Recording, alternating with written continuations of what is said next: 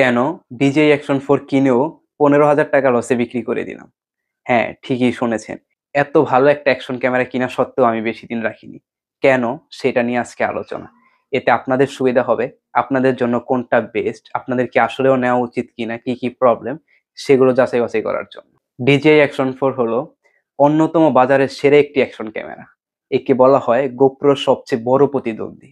দুর্দান্ত স্টেবিলাইজেশন, ভালো low light performance, compact ও waterproof design. এজন্যই আমি ক্যামেরাটি কিনেছিলাম। বিশেষ করে ব্লগ এবং অ্যাকশন সিন শুট করার জন্য ক্যামেরাটি বেস্ট।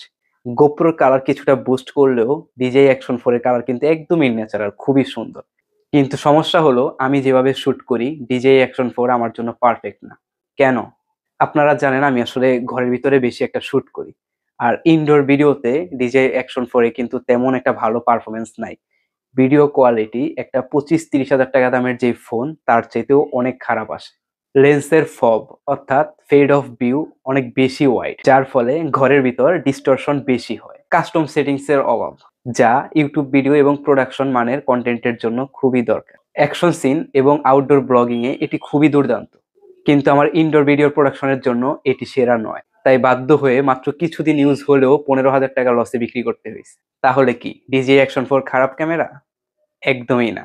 এটি খুবই দুর্দান্ত, কিন্তু সঠিক ব্যবহারকারীর জন্য। যদি আপনি motor bike blogging, travel video বা আউটডোর ব্লগিং শুট করতে চান, তাহলে এটি আপনার জন্য একদমই পারফেক্ট। কিন্তু যদি আপনি ইনডোর কনটেন্ট বা ঘরের ভিতরে কোনো আমার মতো ভিডিও শুট করে থাকেন, তাহলে এটি আপনার জন্য না। ভিডিও কোয়ালিটি খুবই খারাপ আসে ঘরের ভিতরে, সত্যি কথা। আর আমার ইনডোর ভিডিও এতটাই খারাপ আসতো যেগুলা YouTube এ কনটেন্ট হিসাবে ব্যবহার করার মতো না।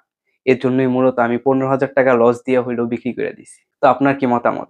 আপনাদের যাদের কাছে Action 4 আছে, তাদের অভিজ্ঞতা কেমন বা ভিডিও কোয়ালিটি কেমন পান অবশ্যই কমেন্টে জানাবেন। আর Action 4 বলেন, 5 বলেন একই জিনিস।